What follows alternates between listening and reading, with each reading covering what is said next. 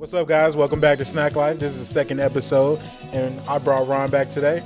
And today we'll be discussing Dak Prescott and his contract situation, and also the Houston Rockets with small ball work, coming back on Snack Life Sports.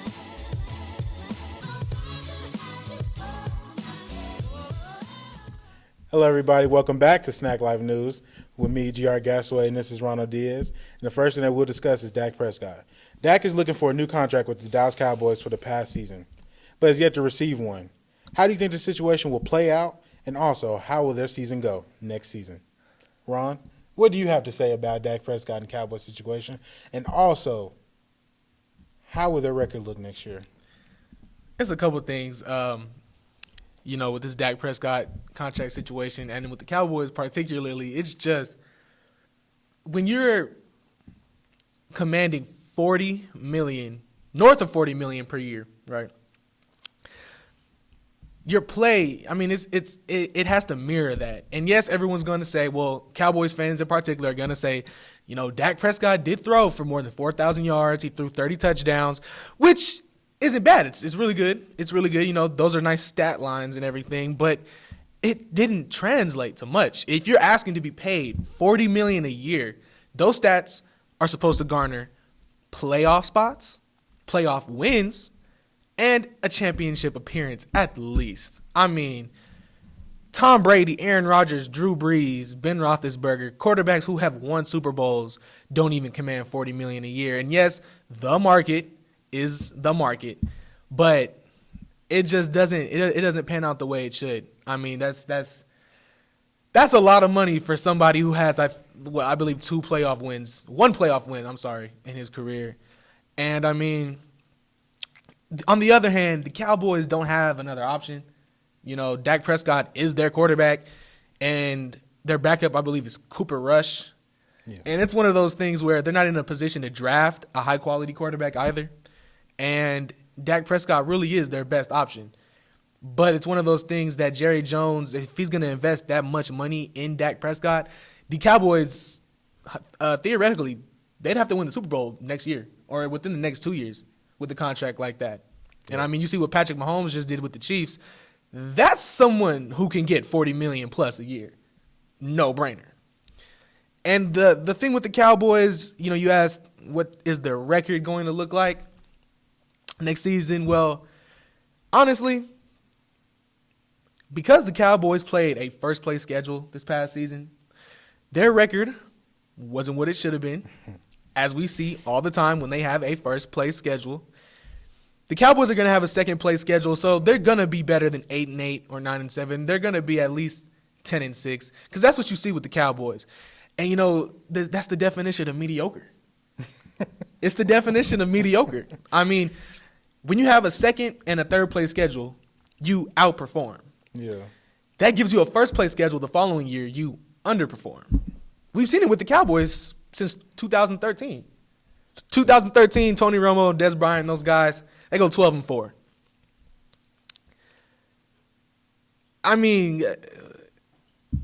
Next year, what happened? Did the wheels fall off, or excuse me, 2014? 2014, they go 12-4. Did the wheels fell off the next year?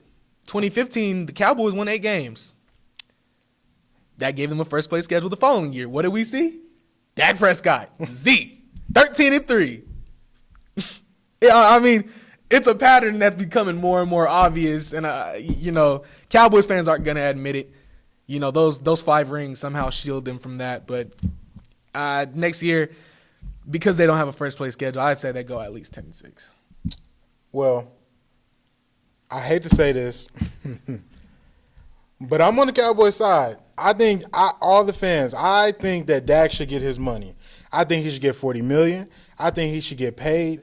Now, if you go to my Twitter, which is @TheRealGR, you will see I bash Dak a lot. I don't think he's that good. I think he's mid. I think he's outside the top 10. If he's not outside the top 10, he's 9 or 10. I always think he's kind of like those, like the wishy-washy type quarterback. Just like he plays real good when he's down like bad. That's how you get 400 yards. But when it's a close game, he's only going to throw for about 160, 200, which I don't think that's good enough to make it. But at the same time, you look at what's out there right now, well, you want a 40-year-old Tom Brady? I don't think so. You want Cooper Rush starting for you? I don't think so. It's just like, what are you going to do? And with the possible situation where the NFL and the Player Association then agree to a contract in a couple of years, you'll look at it and just be like, well, with the new CBA, it's like since the cap will rise, it won't be that bad. And I know Dak's manager or whatever, his agent is not going to like just let him just sit here and get lowballed just because the Cowboys are trying to make a great run and have the best of their abilities. They had this whole time to win, and I don't think all the time where they've lost has been Dak's fault. I honestly don't think that. Like even when they lost to the Broncos a couple years ago where Zeke ran 14 yards, that's not his fault. Jason Garrett calling those mediocre plays, and yeah, I'll call him mediocre for right now, but you know he's a lot worse. You could kind of blame that. You can blame them being on a lockout situation with Zeke last year where he came in looking like me with the same belly. I mean, you could look at just so many different variables on why Dak kind of looked as bad as he did. But one thing I don't like that Cowboy fans possibly do, or that they do all the time, is where they'll just go straight to the stats. They'll be like, oh, look at the pass yards, look at the touchdowns, look at whatever. The top 5 quarterbacks in passing, none of them made the playoffs last year. You can go look it up. That is a fact. I don't even have to show you on the screen. That is a fact.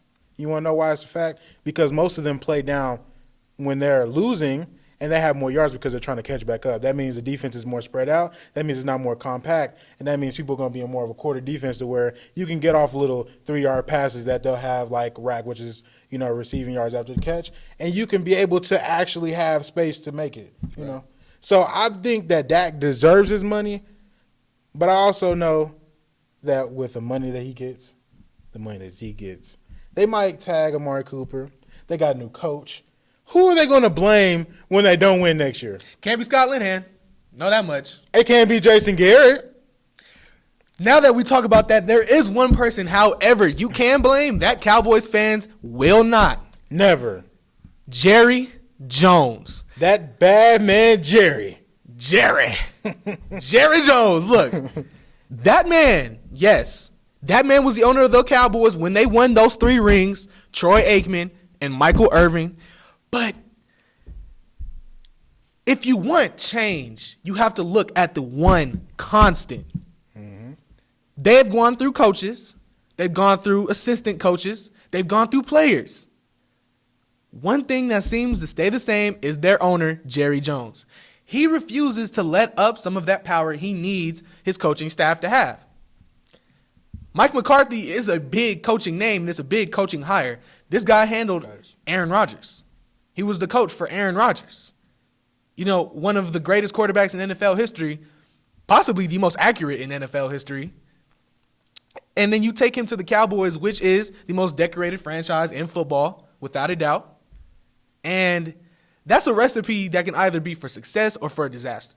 Definitely. It can either go really well or be really, really bad. And see, what Jerry has to do is he has to let Mike McCarthy have some of that power he didn't let Jason Garrett have. And see, that's the tricky thing with Jerry Jones and the Mike McCarthy thing is because Jerry Jones definitely needs to back off. And I feel like he will back off because even though Mike McCarthy stayed the night at Jerry Jones' house, which is, we'll talk about that another day. But even though all those things remain to be said, I don't think he's part of the family enough to where he has the leeway that Jason Garrett had. So even if Jerry backs off, I don't think Mike McCarthy will change his game plan to where he's too conservative or too archaic for the Green Bay Packers system to where you could only get 1 ring with Aaron Rodgers, but you about to get more with Dak Prescott.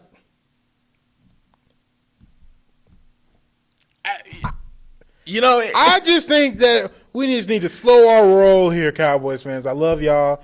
Y'all are what makes the NFL go. See, hold on. Let me get them real quick. I love everything y'all do. I love that y'all saying y'all going to the Super Bowl every year, but y'all don't win playoff games. I love the combo of the white Cowboys jersey and the jean shorts that y'all wear. But let's get real here.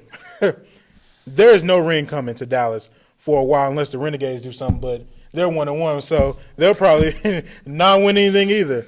I mean, hopefully the Renegades do, because then maybe the Cowboys fans will lay off for a while. Nah. But maybe the Mavs need to win or something. Either way, we know our good friend Dedrick White will not be happy. And see, the Cowboys fans, and they don't realize they're the boy who cried wolf. No, Cowboys fans- they're the team that called ring. The boy who cried wolf, the team that called ring. If we look back at this moment a year from now, let's say the Cowboys host the 2020 Lombardi Trophy. Let's say they do it. Let's say they go down to Tampa. Let's say they beat the Packers or something like that. I'm sorry, NFC. Let's say they beat the Patriots. Let's say the Patriots go back. Robert Kraft versus Jerry Jones. It sells tickets. But they call this every year. Every year. The same time every year. Cowboys Super Bowl, Cowboys Super Bowl, Cowboys Super Bowl. So the 1 year it actually may be true. We ain't gonna believe that. We ain't gonna believe that. And it ain't gonna be next year either. I just want to let y'all know. And it's not. It won't be next year. So you can't call Super Bowl every year and then get mad when people say you're not gonna win it when you do it every year. Just wait. And for the real fans, hold on, I will give this. For the real Cowboy fans out there, I know Dedrick specifically is saying, well, that's not all Cowboys fans. That's not blah, blah, blah. Stop it, bruh. Majority. Most of y'all act like this. Majority. Most of y'all act like this. And I know it's probably hard to admit. Look, I'm a Los Angeles Laker fan, and it's the same with our fan base. Mm-hmm. A lot of us do the same thing. Yep. Last year, LeBron's first year, a lot of Lakers fans called themselves out by basically calling LeBron garbage. Because LeBron James, King LeBron James, couldn't do more with the roster he had. But see, you give him one player, you give him one more All-Star in Anthony Davis, and you see how much that does dividends. But this isn't about the Lakers. This is about the Dallas Cowboys. Well, one thing about the Lakers and Cowboys I will say is that neither one of them will win the championship soon. Coming up next, we have the Rockets. Will small ball work or will small ball fail? Coming up next on Snack Life Sports. Hello, everybody. Welcome back. This is J.R. Gasaway and my friend Ronald Diaz. And we just had a powerful segment about Dak Prescott, but right now we have to talk about the Houston Rockets. The Houston Rockets have a 34-20 record, are currently the 5th seed in the West. They have recently traded Clint Capella and started a new trend with no center, have been playing small ball ever since. But will small ball help the Rockets or will they hurt Rockets? Ron? Man. In all honesty, it's kind of hard to say right now. Yeah. Because it's so new. I mean, when was the last time you've seen a team with no designated center? So, it's kind of one of those things where you have to see how it plays out. Hypothetically speaking, though, it can work to their favor. I mean, they're the only team that's doing it. Yeah. So it's one of those things where if they master it, James Harden and Russell Westbrook continue to build that chemistry, then, that can carry over big time into the playoffs. But then, you also have to think about matchup-wise. A team with a dominant center, if you don't have a center, what can they do against a dominant center? Yeah. For example, the Houston Rockets versus the Los Angeles Lakers, I mean, that's small ball versus big ball. That's small versus big. That's Russell Westbrook, James Harden, small ball, LeBron James, Anthony Davis, Dwight Howard, big. Like, that's, it counters each other. So it might work a little bit. It might take them a little bit into the playoffs. As far as a recipe of success to win a ring, I don't think so. Well, I don't think they can win a ring, but I definitely they can upset one of the LA teams or Denver. And the reason I say that is just because we look at them not having a big man, but we never really, as fans or casual fans, will look at how they play without a center. So let's say for Utah, for instance. They had Rudy Gobert, 2-time Defensive Player of the Year, 2-time All-Star. He's just been a myriad of things with defense, anchored on defense. Always been anchored for his defense. And he's even been anchored on his defense against Russell Westbrook because famously towards when they played with Paul George and Carmelo and everything, that didn't pan out the way it planned. But it was really Paul George. But that's another talk for another day. But the last time Utah played, Russ had 39, shot 60% on Rudy Gobert. So it's kind of where Russ is their big man in a way, but he's so fast. It's you have your big man guarding Russell Westbrook. He's running past it every time. And when you bring somebody out, let's say you bring Rudy Gobert out to the three-point line or just anywhere free throw extended, that anchor is out the way. So even if Russell doesn't get it, James Harden has a free lane to get a layup. He has a free lane to get a free throw. He has a free lane to do a couple things. The toughest thing for them is if they get a team who in the West would I say is a team that would? I would probably go with if they got like a team like the Clippers. I think the Clippers would be tougher for them just because how Mike D'Antoni runs his offense. He only runs like in the playoffs. He only runs 7 or 8 out. So with the Clippers, they could run 9 if they want to. They won't, but they can run 9, and then they can even have like Marcus Morris or somebody or Montrezl Harrell, who's a smaller center, who can guard Russell Westbrook or something like that, to where they can just tire them or whatever. But I think it could win. But I don't know if it's winning a chip because even if you do play, let's say they make it out the West, they beat the Lakers, they beat the Clippers, they do whatever they need to do. Then you gotta face that freak, that Giannis. monster. You gotta go against Giannis. Hey. You still have the Celtics. Shout out to all the Celtics fans. You have all these different teams to where it's pretty much where it's like they have things to where they can play against them. Where like the Celtics, they have Gordon Hayward, they have Marcus Smart, they have Jason Tatum, they have Jaylen Brown. They have all these people that can hang with Russell Westbrook and James Harden, where that could be a problem. Another team I think that they probably would lose to, depending on how the season work out, is the Oklahoma City Thunder, actually. The only reason I say Oklahoma City Thunder is because they have a weird way where they have Steven Adams, but they have like Nerlens Noel. They have they're not Rudy, I'm sorry. They have Gallinari as well. They have a weird team to where I think they match up well to where they would beat the Thunder in a 7-game series. How you feel about that? I mean, I wouldn't put nothing past the Thunder right now, man. Everybody thought they'd be the worst team in the West. I know I did. You look at that roster, trading away Paul George and Russell Westbrook, getting Chris Paul from the Rockets, where, Chris Paul wasn't terrible with the Rockets, and I do genuinely believe if he did not get hurt in that Western Conference Final Series with the Warriors, I do believe they would have beaten the Warriors because, the recipe of success was there. They put that team together over that span of time where the Warriors dominated. The Rockets put that team together to beat the Warriors. Yeah, it wasn't to get all the regular season wins. It wasn't for any MVP chatter. It was so that when they would inevitably meet Golden State, they would have the recipe to beat them. And the way I saw it was just a missed opportunity because definitely. Because they were dominating. The Warriors didn't really have an answer. And then Chris Paul gets hurt, sits out the last 2 games. They lose the last 2 games. And it's like, it's kind of a thing of, what could have been. Mm-hmm. But Chris Paul is doing really well with the Thunder. And, I mean, I wouldn't expect them, they're 31-20? Their record's like 31-20, something like that. I think they're only 1 or 2 games behind the Rockets right now for the 5th seed. So, I mean, I wouldn't put it past them, But the thing with the Rockets is that if that small ball is going to work literally, I mean, it gets no simpler than it's just going to take James and Russ. Yeah. I mean, if James and Russ establish a formula that is unique to their system and that offense, I don't think there's a team in the league that can really defend that. And one thing about the Rockets, I feel like gets a bad rap because a lot of fans or just casual fans about the NBA, they are definitely like very big on, oh, well, James Harden just gets free throws. Russell Westbrook can't shoot threes. Like, they're the highest scoring backcourt we've seen in ages. Like, a duo, like in the All-NBA, nobody averages more than them right now. I think they average almost 70 points together. And that's dangerous. 70 points. Not Steph and Clay last year, the year that they had it. Not LeBron and AD. James Harden and Russell Westbrook average almost 70 points together a game. James Harden's had a terrible stint the past month or so? Yeah, like 3 weeks to a month. And they still averaging the most as a duo by far. So it's honestly, as far as Mike D'Antoni can really take them with his coaching, but I feel like that's a whole other topic for a hell of another day. So the next thing that we'll be talking about when we come back from this break is the XFL Week 2. Did we like it? Did we hate it? What did we rate it?